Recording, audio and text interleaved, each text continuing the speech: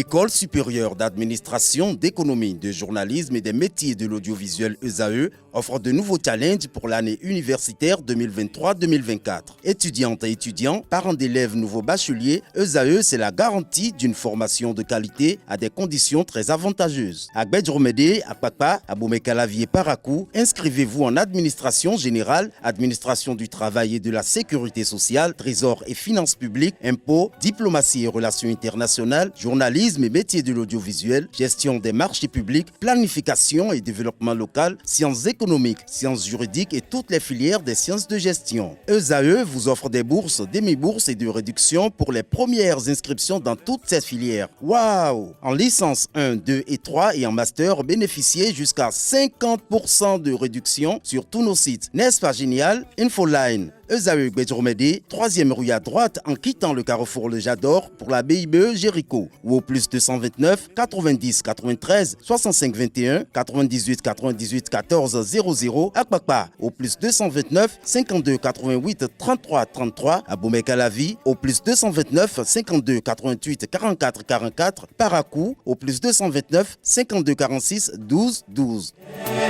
ESAE, l'excellence à un nom. Bonsoir à tous, mesdames et messieurs. Bienvenue sur votre émission Le Monde en 52 minutes. Cet après-midi, c'est la CEDEAO qui ouvrira le bal où la plupart des sanctions contre le Niger ont été levées. Ensuite, nous nous rendrons du côté du Rwanda. Après, ce sera le tour de l'Ukraine de nous parler des perspectives 2 ans après la guerre russo-ukrainienne. Israël-Hamas, nous en parlerons également dans cette édition. Nous allons clôturer par Haïti, si le temps le permet. Pour ça, je reçois pour vous cet après-midi, elle est la nouvelle venue dans la team. Il s'agit de Hulda Mama. Elle est experte en relations internationales. Bonsoir. Bonsoir, Tessena. Et également avec nous, il est aussi nouveau venu dans la team, Laurent Delors-Faton, acteur politique. Bonjour. Bonsoir Madame Tatiana, bonsoir chers internautes. Le dernier panéliste est notre journaliste et enseignant Didier Sanson. Bonsoir Didier. Toujours content d'être avec vous. Bonsoir. Voilà, le décor ainsi planté, nous ouvrons le bal par la CEDEAO où la plupart des sanctions contre le Niger ont été levées, réunies le 24 février 2024 du côté d'Abuja. Au Niger, le sommet des chefs d'État au cours desquels les décisions ont été prises. Parmi ces décisions, on lève toutes les sanctions du Niger. Le pourquoi des comment des choses, Hulda? Oui, évidemment, Tatiana, il faut mettre cela dans le contexte du départ précipité et conjoint des 3 pays de l'Alliance des États du Sahel, donc le 28 janvier dernier de la CEDEAO avec fracas, n'est-ce pas? Donc je pense que l'organisation sous-régionale était dos au mur, avait l'obligation de poser un acte, de faire quelque chose.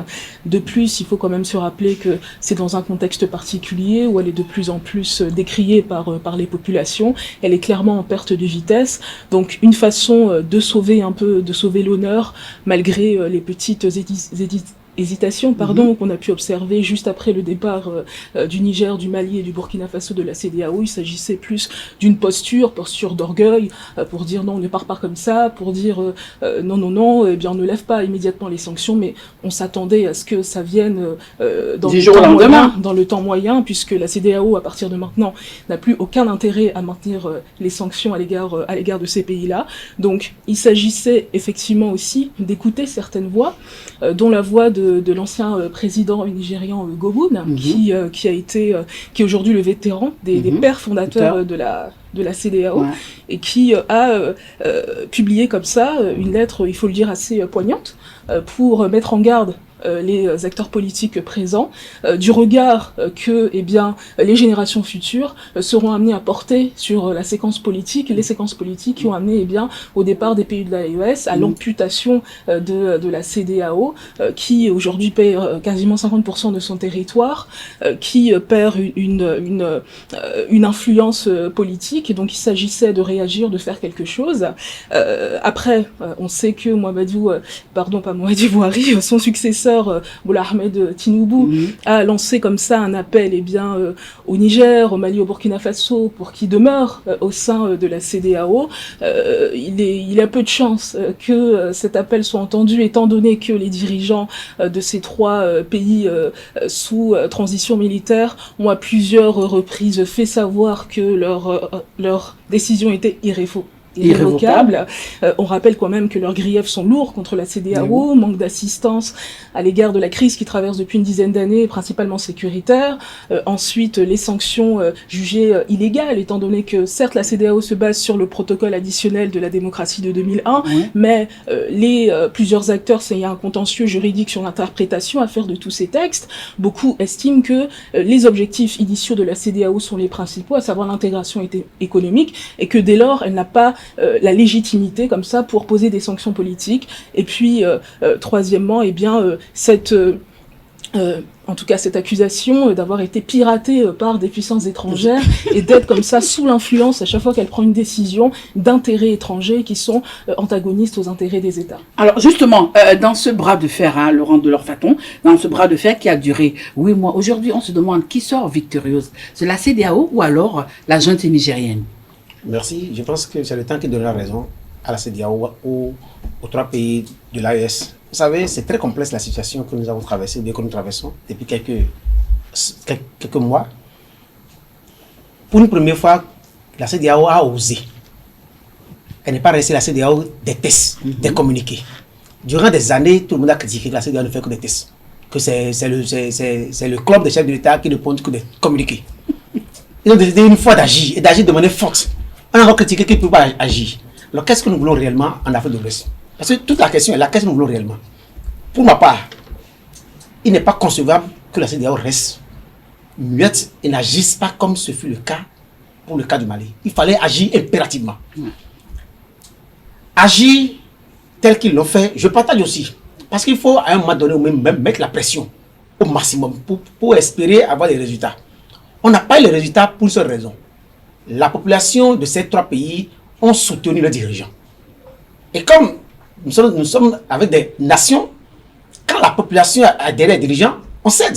Oui, mais est-ce que c'est pas aussi parce qu'au niveau des chefs d'État, même il y avait des dissensions. Les chefs d'État n'arrivaient pas à s'entendre. Je dis, quand on ne s'entend ou ne s'entend pas, la question des coups d'État en Afrique, il faut que ça s'arrête un jour.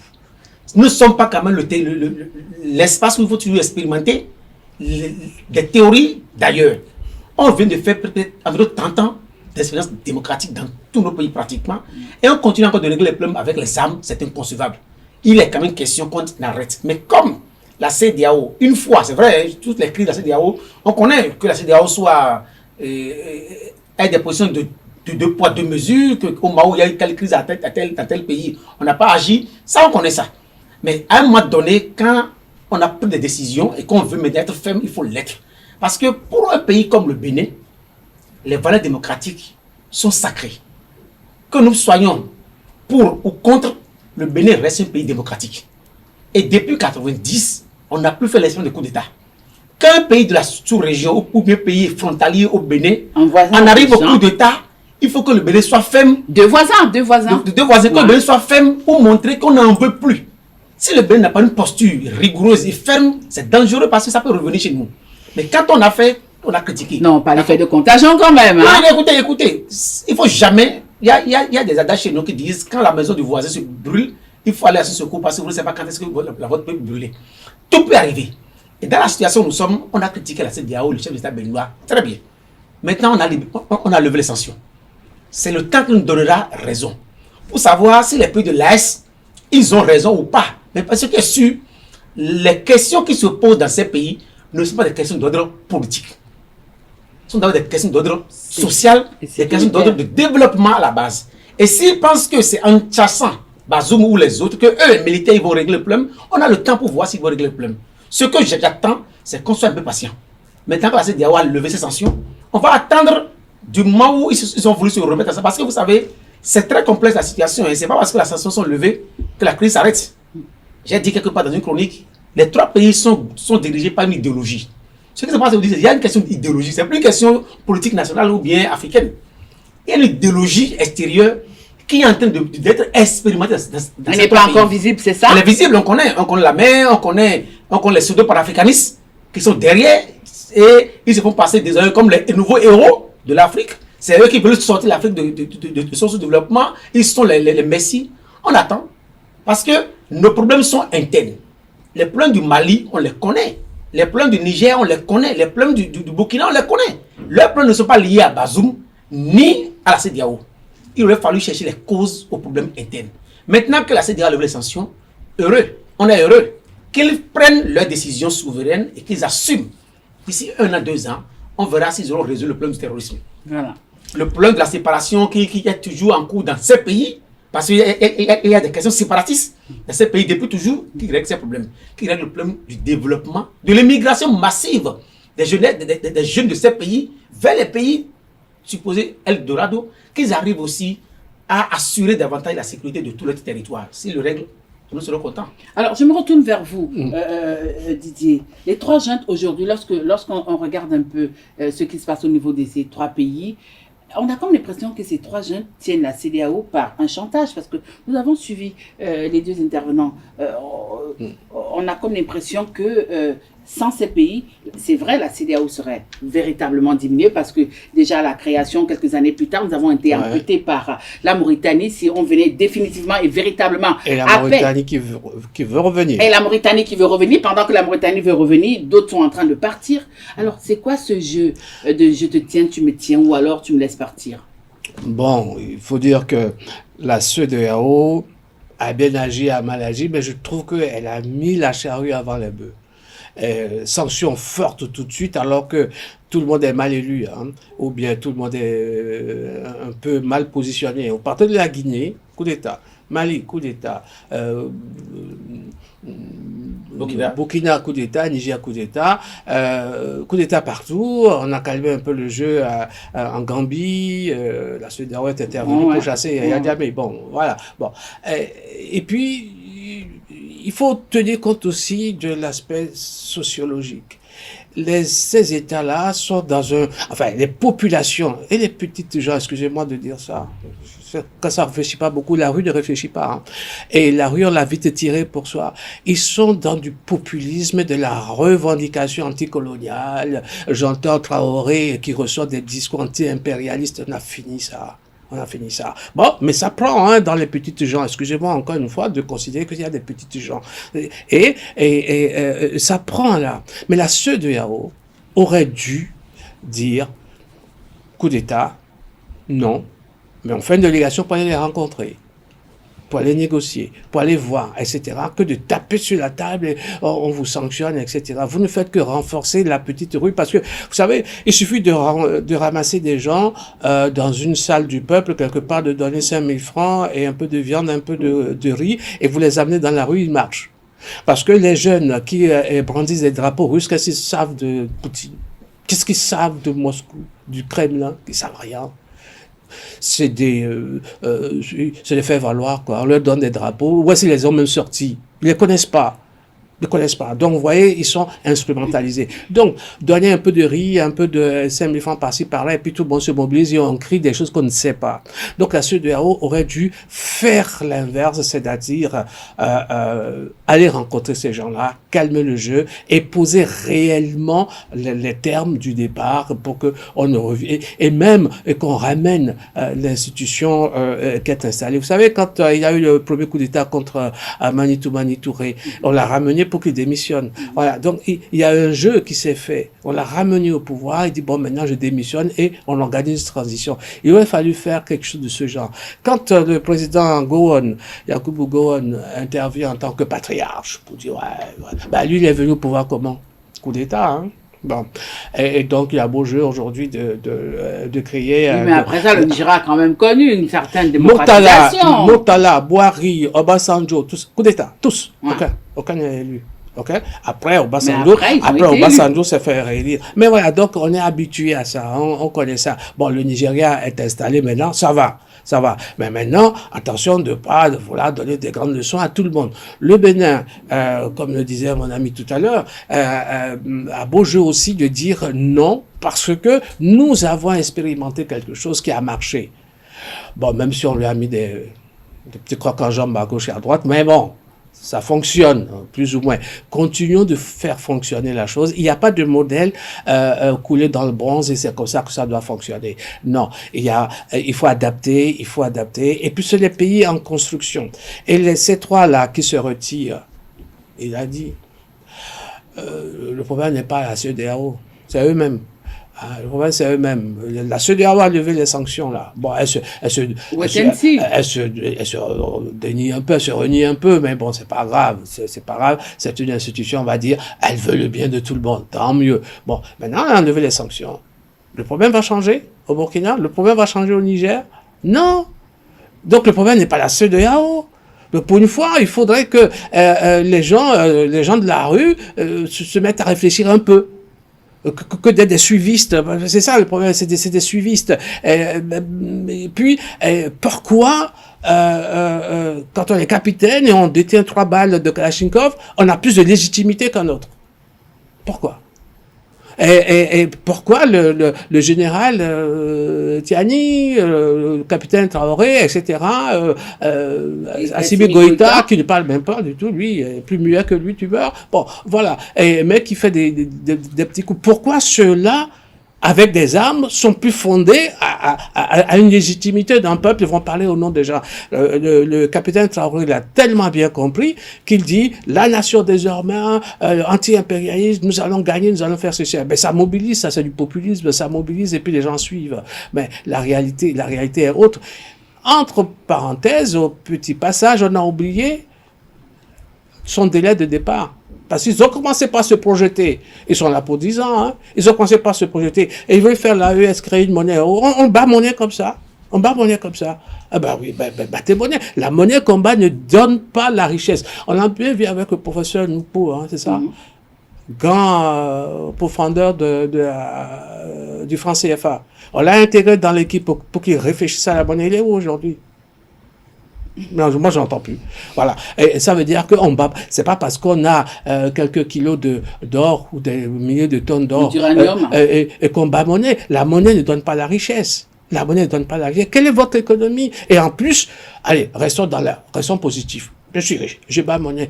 Votre convertibilité est encore définie ailleurs. Ou bien vous vivez sur la Lune et on sait que vous n'êtes pas sur la Terre. Mais sur cette planète Terre-là, les choses se passent entre nous ici. Il y a l'OMC, il y a le FMI, il y a la Banque mondiale. On peut dire ce qu'on veut, c'est par là que ça va passer. Et vous allez battre monnaie et vous allez... Bon, très bien. On est avec la Russie. Tout va très bien. On va payer la Russie en notre petite monnaie. Et les Russes demandent qu'on les paye en rouble. En rouble, vous rigolez, ils ne veulent même pas leur monnaie. Ils veulent des devises. Ben, parce qu'ils vont sur le même marché international que tout le monde. Ils vont sur... Excusez-moi, passez-moi votre stylo. Je vais regarder quelque chose. Voilà. Ouais. Bon, voyez votre stylo. Oui. Même le stylo que nous prenons pour écrire, nous ne le produisons pas. Votre stylo, voilà, quand vous lisez les codes barres, quand le code barre commence par 1, États-Unis. 2, je crois, c'est Canada. 3, Angleterre. 3, France. 4, Allemagne. 5, Angleterre. 6, etc. Jusqu'à la Chine. En 8. Et puis après, c'est les chiffres qui suivent. Votre stylo que vous utilisez commence par le chiffre 4. L'Allemagne. Même vos stylos pour écrire à l'école, vous ne produisez pas. La Chine va dire... Je vous envoie des stylos, il n'y a pas de problème. Mais vous allez payer la Chine en quoi? En yuan? Ils n'en veulent pas. Qu'est-ce qu'ils vont faire du yuan? Ils veulent. Donc, vous voyez, on est dans un système planétaire.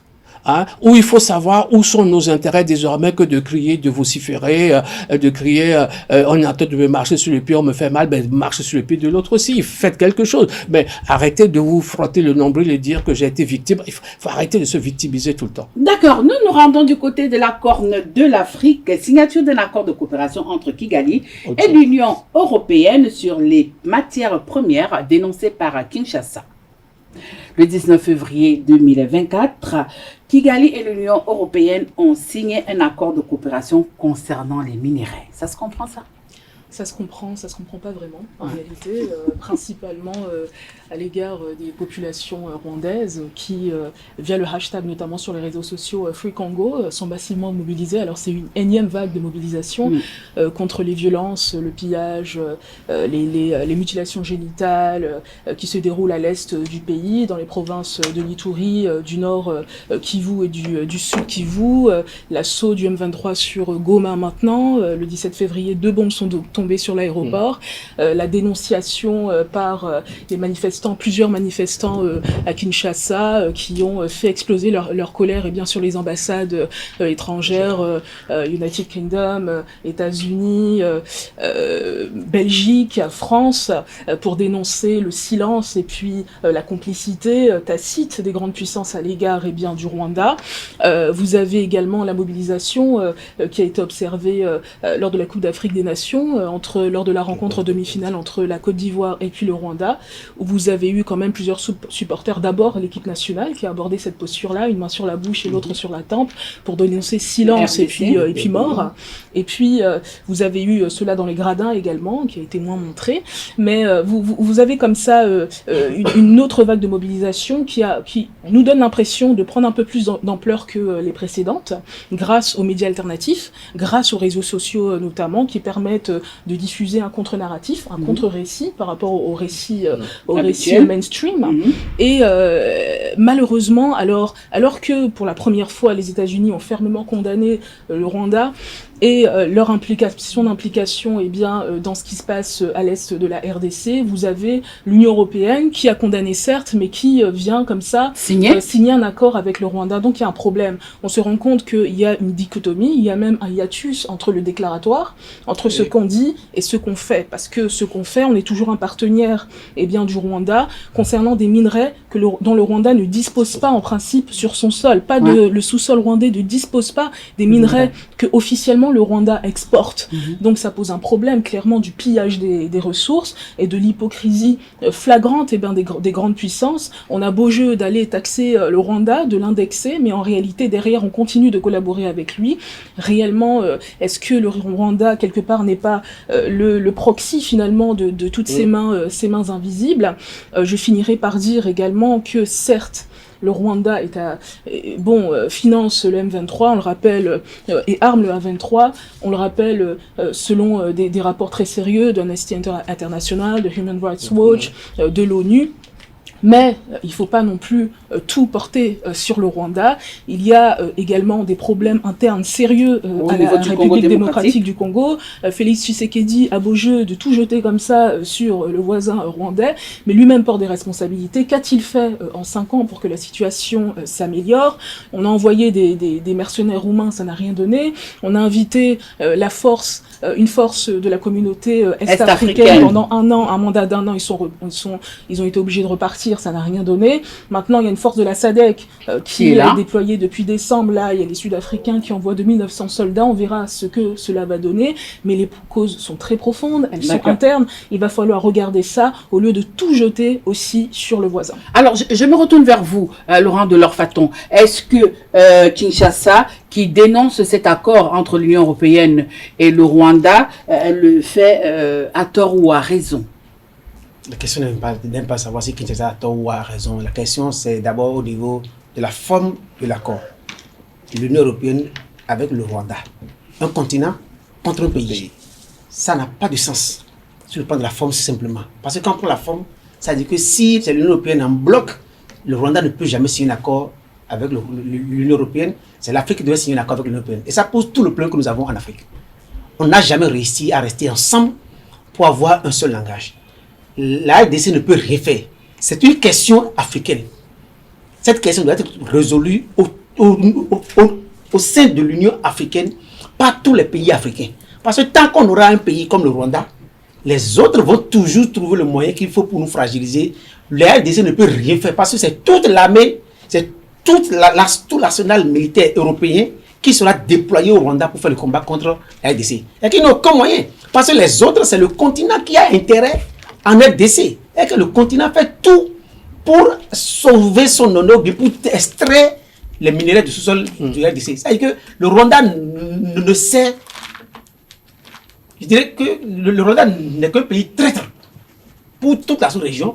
Parce que le Rwanda, c'est un pays traître, il n'y a pas de deux moyens. Le Rwanda pense qu'il sait ses intérêts. Mais en réalité, c'est détruire un continent. Et in fine, c'est le Rwanda qui sera perdant. Parce que quand ils auront fini d'avoir tout ce qu'ils veulent, pas géopolitique, ils vont se déplacer ailleurs. Parce que si le Rwanda n'arrive plus à leur donner ce dont ils ont besoin, ils vont faire comme ils ont fait avec tous les dictateurs du monde entier. Et comme les États-Unis, quand vous servez les Occidentaux de cette puissance, les intérêts de cette puissance, c'est que vous êtes bon. Aujourd'hui, le Rwanda pense qu'il est bon et qu'on envoie tous les investissements, on positionne le Rwanda comme un pays phare. Et ceux qui sont un peu, comme disait M. Sanson tout à l'heure, un peu de faible d'esprit, prennent le Rwanda comme modèle. Il n'a jamais été modèle, ce ne serait pas un modèle. Le Rwanda est un pays qui sert les Occidentaux à détruire l'Afrique. Et la solution n'est pas congolaise, c'est une solution africaine. C'est une solution d'abord des intellectuels africains, des élites africaines qui vont réfléchir à un format plus global pour qu'on trouve un mécanisme de protection de nos intérêts, de nos ressources.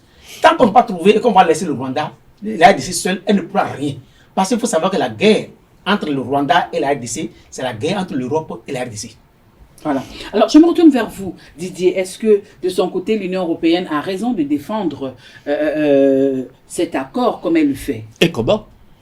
Chacun vit ses intérêts. Chacun vit ses intérêts. Vous savez, l'Union européenne signe avec le Rwanda une union et un pays. Mais là, nous sommes en multilatéral. Rien n'empêche. On est en multilatéral. Et là, aujourd'hui, l'Europe est en train de... Il a signé le même accord avec la RDC il n'y a pas longtemps. Hein? Oui, c'est-à-dire que l'Union européenne est en train de tester sur le continent ce qu'elle n'a pas encore réussi dans d'autres espaces en Europe exactement. Pour qu'il y ait une même parole en relations internationales. Et en diplomatie, et même en défense, l'Union européenne ne développe pas encore une idée commune. Donc maintenant, on se sert d'un pays pour voir comment on va tester la manière dont la diplomatie européenne et la défense européenne va commencer par se construire. Et pour cela, pour l'accord avec le Rwanda... son bonheur sur le malheur des autres. C'est des intérêts. Hein.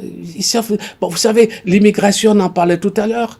On quitte les pays africains pour passer par le détroit de Gibraltar, et puis après on se retrouve à Lampedusa, etc. en Italie. L'Italie a beau mettre le Front National, enfin les extrémistes de droite au pouvoir, et ils n'ont pas pu régler le problème parce que les vagues d'immigration continuent d'arriver. La France n'arrive pas à gérer. On a demandé au Maroc de filtrer, on a demandé à la Tunisie de filtrer, rien ne se passe. Et les petites embarcations continuent de traverser la Méditerranée. Donc ça devient un problème européen. Ce n'est plus un problème français, ce n'est plus un problème allemand, etc. Et aussi, j'en ai l'immigration turque. Donc, qu'est-ce qu'ils font? On dit, testons donc un accord commun. Donc, ils sont en train de tester leurs relations internationales. Mais c'est tant mieux pour eux. Nous avons l'Union européenne, l'Union africaine. Voilà. Voilà encore un autre problème. Bon, voilà. Et qui n'existe pas. Parce que il n'y a pas de réaction. Et puis maintenant, Tshisekedi qui n'arrête pas de déplacer des pions dans son pays, qui a quand même à taille continentale, 5 ans après, n'a toujours pas compris, n'a toujours pas réglé le problème. Ils sont dans des contingences politiques au lieu de régler les problèmes. Vous pensez que les Européens vont s'émouvoir qu'il y ait la guerre là-bas, alors qu'eux peuvent exploiter des minerais, ils vont s'émouvoir de quoi? Voilà, il faut rentrer dans ce jeu-là. Et le Rwanda, aujourd'hui, je suis moins, il est assez catégorique, je suis moins là-dessus. Le Rwanda aussi cherche ses intérêts. Peut-être que le temps nous donnera raison, certainement, mais j'espère que le Rwanda ne s'enferme pas complètement dans ces accords bizarres qu'ils sont en train de signer, mais qu'ils y mettent davantage de réflexion. Parce que l'Est du Congo, c'est vrai, écoutez, je vais te donner un exemple. Non, je ne vous laisse pas donner l'exemple. Le Bénin est un grand exportateur de cacao. Si vous donnez l'exemple, on ne va jamais terminer avec vous. Alors, je me retourne vers Ounda tout à l'heure pour sortir de ce sujet Rwanda. Tout à l'heure, Didier parlait d'un jeu. Alors, moi, je vous pose la question de savoir aujourd'hui. L'Union européenne, dans le même temps, dénonce ce que le Rwanda fait. En RDC, dénonce l'attitude du M23, le M23 qui est soutenu par le Rwanda, comme vous l'avez dit. Alors finalement, on se pose la question, à quel jeu joue l'Union européenne? Oui, alors je pense que effectivement, il y a eu une telle mobilisation là sur les réseaux sociaux, encore une fois, il faut quand même se rappeler que l'opinion publique africaine gonfle et a des porte-voix de plus en plus importants. C'est une des raisons peut-être pour lesquelles on craint la démographie africaine, c'est qu'à un moment donné, on ne pourra plus faire sans nos voix. Également, il faut rappeler qu'il y a des diasporas en Europe qui également, de plus en plus, portent les intérêts du continent africain. Donc, il est impossible aujourd'hui aux chancelleries européennes d'ignorer ce qui se passe au niveau des opinions publiques. Donc, il fallait tenir compte de cela. Et puis, il faut dire aussi que les États-Unis conservent un leadership sur la scène internationale. Donc, dès lors que eux ont envoyé ce communiqué le 17 février dernier, vous voyez que ça a été un effet de cascade. La France a suivi, etc., etc. On se souvient que, en son temps, lors de l'élection en RDC, tout le monde réclamait donner la victoire à Martin Fayoulou. Dès lors que les États-Unis ont reconnu Félix Tshisekedi, tout le monde s'est calmé aussi. Donc voilà, c'est un peu la même chose. Par ailleurs, il faut dire que le Rwanda est un partenaire à la fois en termes de minerais, stratégique encore une fois pour la transition écologique, pour un certain nombre de composants électriques que l'on utilise, électroniques, que l'on utilise dans notre quotidien, mais également un partenaire sécuritaire. Et il faut voir également cela dans le soutien et dans les partenariats qui se nouent entre l'Union européenne et le Rwanda, parce qu'aujourd'hui, on est dans une ère post-opération de maintien de paix, elles sont tous en train d'être démantelées, où les puissances européennes ont compris que aujourd'hui, les opinions publiques africaines ne peuvent plus accepter que des soldats blancs viennent sur leur sol pour quelque motif que ce soit. Donc leur façon à eux de faire, de défendre leurs intérêts sur le continent africain, en tout cas de positionner des soldats autour de leurs fleurons industriels, Total, Exxon, etc., c'est finalement d'engager des proxys. Et le Rwanda apparaît comme un proxy, puisque le Rwanda a obtenu il y a quelque temps des millions de dollars de la part de l'Union européenne pour aller combattre l'insurrection djihadiste au Mozambique, au Cabo Delgado. Exactement. Et comme ça également, le Rwanda est allé en Centrafrique aussi pour les intérêts, voilà. Donc vous voyez un peu cette complexité. En quelque sorte, le Rwanda serait-il devenu le gendarme des Occidentaux en Afrique, pour finir de ce sujet? J'ai utilisé le thème. Le thème a été clair, c'est le traite des pays traite de l'Afrique. Il n'y a pas de thème meilleur à ça. C'est que les autres n'ont pas trouvé le moyen pour le faire parce que la géopolitique a changé, l'ambiance internationale a changé. Il faut trouver un pays pour porter et Paul Kagame a accepté faire le sale boulot sur son continent. Il a accepté être les Occidentaux sur le continent africain. Et il le fait si bien. Et malheureusement, comme il a dit tantôt, et M. Sanson l'a dit, il y a des gens de faible esprit qui ne prennent pas le temps et le recul nécessaire pour analyser les faits et les gestes. Il ne faut jamais écouter les paroles dans la politique et dans la diplomatie. C'est les actes qu'on regarde. Les paroles n'ont aucune valeur. Derrière les paroles, quels sont les actes qu'on pose en sous-marin? Et en sous-marin, vous voyez que le tableau est obscur. Et craint même quand des dirigeants prennent Kagame comme modèle. Voilà, nous nous rendons du côté du vieux continent. C'est notre escale de cet après-midi. Nous allons en Ukraine. Après 2 années de guerre, quelle perspective, Didier?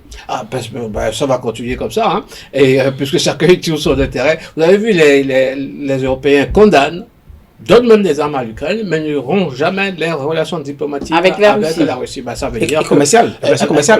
Ça veut dire que le blé ukrainien pour faire du pain qu'on envoie, pour planifier les choses, ça va continuer. Même pour faire la moutarde française, ça vient. Il y a quand même de grosses sanctions. Ça vient de là-bas. Bon, voilà. Et puis le gaz continue d'arriver, etc. Bon, on va continuer d'alimenter les efforts de guerre pour l'Ukraine en demandant à la Russie de lever un peu le pied. Bon, voilà, c'est des jeux politiques et puis c'est pas fini. Ça, c'est aussi un très mauvais jeu. Et, les Européens sont un peu ballottés comme ça. Mais c'est un peu ce qu'on a connu, que ce soit en Afghanistan, que ce soit au Vietnam. Et on ne combat pas une nation, on combat les États. Cette guerre-là, les Ukrainiens restent des Ukrainiens. On peut pas envahir comme ça et dire que il y avait un fascisme là-bas qu'on veut arrêter, etc. Prendre des parties du pays. Vous savez, l'occupation du Vietnam, ça a duré 25 ans, bombarder tous les jours. Aujourd'hui, le Vietnam est réuni. Et maintenant, nous avons également, nous avons connu l'Afghanistan, où les Américains ont fini par se retirer. Donc, vous voyez, c'est pas des guerres qui portent. Bon, ça sert à renouveler l'industrie lourde, peut-être au détriment des populations, mais après, c'est toujours des questions. Vous savez, on fait toujours la paix avec des ennemis, pas avec des amis. Donc, ça va finir par arriver, mais à quel prix? À quel prix? Et là, il faut, les États-Unis sont de plus en plus francs sur la question, donc les Européens vont suivre. Hein, et c'est-à-dire que il faut mettre un holà à Poutine, sauf que il a l'arme nucléaire, et sauf que il fait partie des 5 permanents du Conseil de sécurité. Et quand vous regardez bien les 5 permanents, la Russie, la Chine, la France, le Royaume-Uni et les États-Unis. Quels sont les pays qui foutent le désordre dans le monde si ce n'est pas ces 5-là? Voilà, la Chine avec ses problèmes avec les Ouïghours, avec Taïwan, avec... les Russes, ils montrent qu'eux aussi peuvent semer le trouble et gagner de l'argent. Les Américains sont intervenus en Afghanistan, en Irak, avec les Français, etc. Voilà, les 5 permanents du Conseil de sécurité, permettez-moi les termes, foutent la merde. Donc maintenant, il faut qu'ils arrêtent. Et pour qu'ils arrêtent, il faut refonder cette institution. Moi, je l'appelle de mes voeux depuis des années que j'interviens dans votre émission. Il faut qu'on refonde cette institution et que les Africains, que l'Union africaine... Siéger. Ben, bien sûr. D'accord. Alors, pour sortir de ce sujet ukrainien, alors dites-nous un peu, Hulda, nous savons que si jusqu'aujourd'hui le président ukrainien a résisté au bombardement de la Russie, à cette invasion russe, c'est parce que les populations, c'est parce que le peuple ukrainien a décidé de l'accompagner. Alors aujourd'hui, la question c'est de savoir, est-ce que le peuple ukrainien est prêt à continuer? Je pense qu'il n'y a pas vraiment de problème de la part du peuple ukrainien, si ce n'est le problème de la mobilisation. Parce qu'il y a un réel problème de mobilisation pour l'armée ukrainienne, étant donné que la moyenne d'âge se situe autour de 40 ans et qu'il y a plein de personnes là qui ne veulent pas y aller, plein de jeunes gens qui ne veulent pas y aller. Je voudrais rappeler quand même qu'il y a des sanctions inédites dans l'histoire qui ont été appliquées contre la Russie. Alors, mais là où je rejoins mon vis-à-vis, c'est que de façon assez intéressante, les pays européens continuent d'acheter en réalité des hydrocarbures russes via la Chine et via l'Inde notamment. Bon, ça c'est dit. Mais en fait, les deux problèmes qui se posent aujourd'hui à Volodymyr Zelensky, c'est ce qui s'est passé sur le terrain l'été passé, à savoir l'échec de sa contre-offensive, et également, plus important encore, ce qui se passe en termes de politique intérieure américaine, à savoir le refus des républicains bien, de voter le package d'aide à l'Ukraine, 110 milliards de dollars en gros, bon ça c'est pour Taïwan, pour Israël, mais pour l'Ukraine aussi, parce qu'ils font un chantage à Joe Biden sur la question migratoire, et que, en tout cas, Donald Trump en profite, parce que lui, il veut en faire un argument de campagne, donc il faut absolument pas... Il en fait d'ailleurs, hein. Donc, voilà, donc il faut qu'il continue à pouvoir le faire, d'en faire son cheval de bataille, donc il faut absolument pour cela que la question ne soit pas réglée. Donc il ne faut pas qu'il y ait un accord, donc... Sans accord, il n'y a pas d'aide à l'Ukraine qui est votée, les milliards n'y vont pas. Pendant ce temps-là, les Européens font ce qu'ils peuvent, mais entre-temps, ils se sont reposés principalement en termes de défense sur l'OTAN. Ils ont cessé de produire des armes, ils ont cessé surtout de produire des munitions. Donc, ils n'arrivent pas à assurer le décalage de l'aide entre, en tout cas, ce que les États-Unis n'arrivent plus à faire. Donc, voilà les deux problèmes essentiels aujourd'hui de l'Ukraine. À cela, il faut ajouter qu'il y a un sondage d'un think tank européen qui a montré qu'un Européen sur 10 aujourd'hui ne pense plus que l'Ukraine peut gagner. En réalité, vous avez encore les déclarations des dirigeants européens qui veulent faire la guerre, qui y croient, etc., mais les populations aujourd'hui n'y croient plus. Alors, nous nous rendons du côté du Moyen-Orient pour parler d'Israël et du Hamas. À venir de Gaza, le Premier ministre Benjamin Netanyahou présente le futur de l'enclave. Comme nous le savons tous, pendant que les Occidentaux parlent de l'avenir de Gaza, le Premier ministre israélien, contre toute attente, a dévancé les choses. Laurent. Vous savez, c'est la guerre de tous les temps. C'est un enlisement total. Il n'y a pas de suite favorable. La suite favorable dépendra de ce que voudront du moins les Occidentaux et principalement les Américains. Ce sont les Américains qui sont derrière tout ce que nous avons. C'est leur position et leur soutien inconditionnel à Israël. Et qu'on va toujours assister à de la diversion.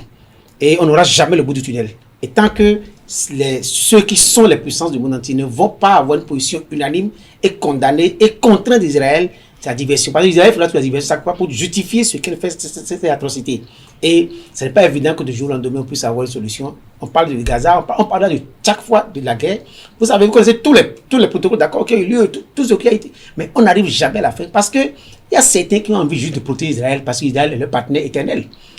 Et on prend les autres comme les victimes, les terroristes. Parce que Israël commet plus d'actes terroristes que les autres. Mais c'est toujours les Palestiniens qui qualifient de terroristes. Et que ce n'est pas évident. Ah, bah, il y a Didier Samson qui sourit. Hein. Non, tant que. Non, Didier, attendez, vous n'avez pas la parole. Allez-y, tant Laurent. que les puissances occidentales vont protéger Israël, on a toujours. Est-ce qu'elles ont le choix?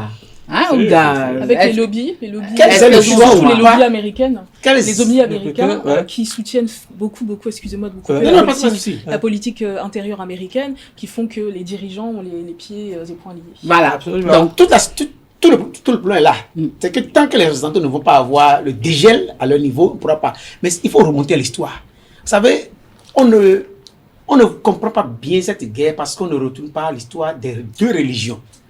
Parce que c'est le contrôle du monde entier par les deux courants de ces deux religions, l'islam et le christianisme, ou bien le judaïsme et l'islam. C'est les deux.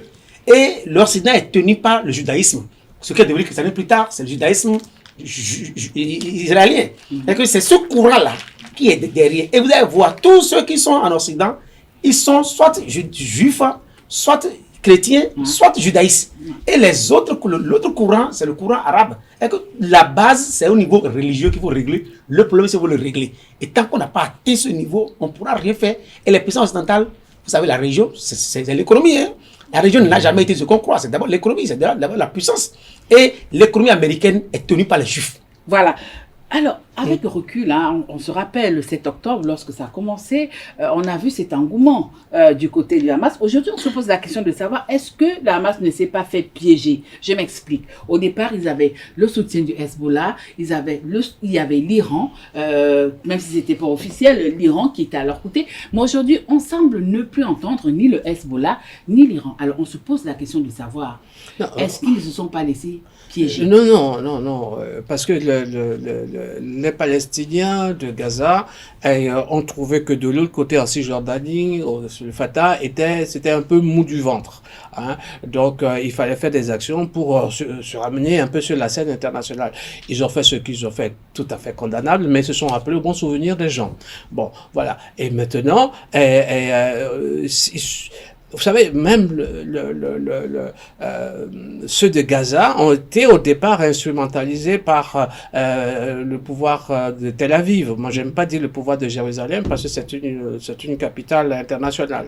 Bon, ramène-toi à Tel Aviv. Bon, alors, et Tel Aviv a bien soutenu ça pour montrer qu'il y a une différence entre les autres et entre le Fatah et les gens de Gaza et le Hamas. Donc, diviser, toujours la même chose, diviser pour régner. Sauf que la conscience palestinienne s'éveille davantage et il faut de toute façon aller vers deux États. Et les Américains, vous avez vu encore jusqu'hier, Joe Biden, puis même Anthony Blinken, qui refusent le plan donné par Benjamin Netanyahu. Il peut pas décider de lui tout seul dans son coin comment l'État palestinien va être créé. N'oublions pas que Israël est né en Palestine et que le territoire s'est réduit d'année en année. Donc, vous ne pouvez pas être sur les terrains occupés depuis 1967 et dire voilà comment j'organise votre pays. Non.